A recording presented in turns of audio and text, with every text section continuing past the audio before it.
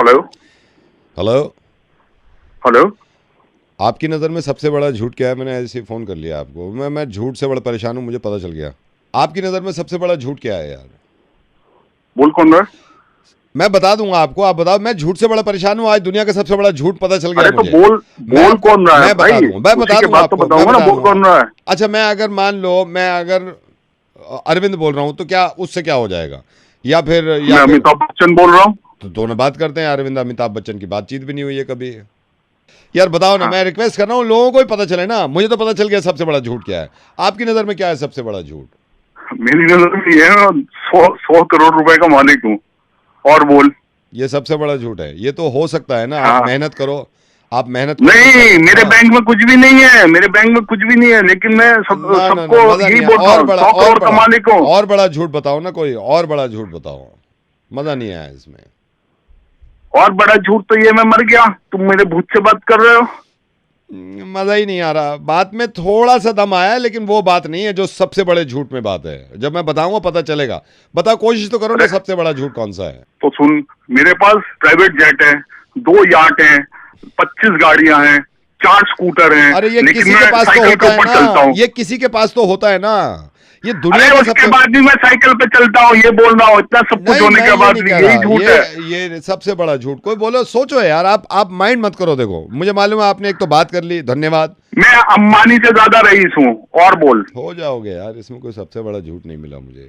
मजा नहीं आया। सुन, मैं हम्म। मॉल में गया था, हाँ। 2000 की जैकेट थी, मैं 2 लाख रुपए दे के आया। सबसे बड़ा झूठ अब ये नहीं है। सबसे बड़ा झूठ जब पता चलेगा ना, हिल जाओगे और मानोगे। अरे तो बता, क्या है सबसे बड़ा झूठ? उसी का इंतजार कर रहा हूँ, झूठे। सबसे बड़ा झूठ है बारात 7 बजे, डिनर 8 बजे।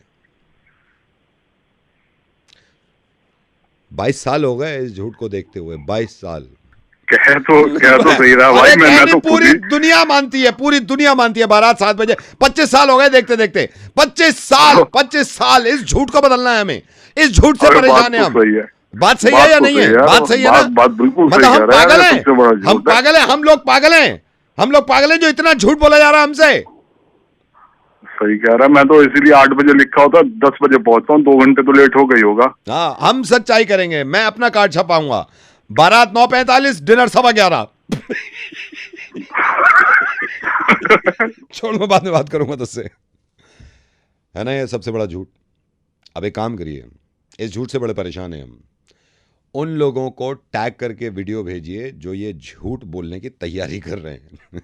और मुझे कमेंट करके ये बताइए कि आपको कितना फर्क लगा था इस झूठ में। अगर बारात 7 बजे तो कितने बजे निकली थी? और हेलो। सर नमस्कार। नमस्कार। मैरिज ब्यूरो से बोल रहा हूँ सर। आपके 2 मिनट लेना चाहूँगा मैं। सर, हमारा मैरिज ब्यूरो जो है वो दिल्ली का नंबर 1 मैरिज ब्यूरो है। अगर आप मेरे को 2 मिनट दें, मैं बताना चाहता हूँ अपने काम के बारे में। सर, दिल्ली में हमने सक्सेसफुली अब तक 12,644 शादियाँ करवाई हैं, जो कि अभी तक खुश हैं सर। हम उनसे बात करते रहते हैं। और सर, मैं आपके सिर्फ 2 मिनट लेना चाहूँगा, अगर आप माइंड ना करें तो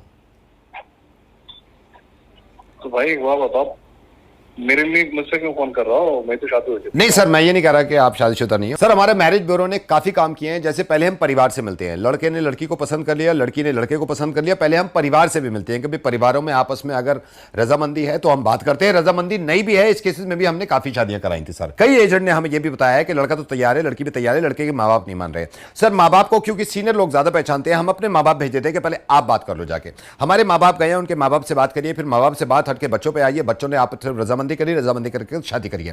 और सिर्फ यही बात नहीं सर, अभी 2 साल पहले, पैंडेमिक से पहले की बात बता रहा हूं आपको। पैंडेमिक से पहले सर काफी लोगों ने अप्रिशिएट किया है। हमारे रेटिंग्स बहुत ज्यादा हैं सर हमारे मैरिज ब्यूरो के।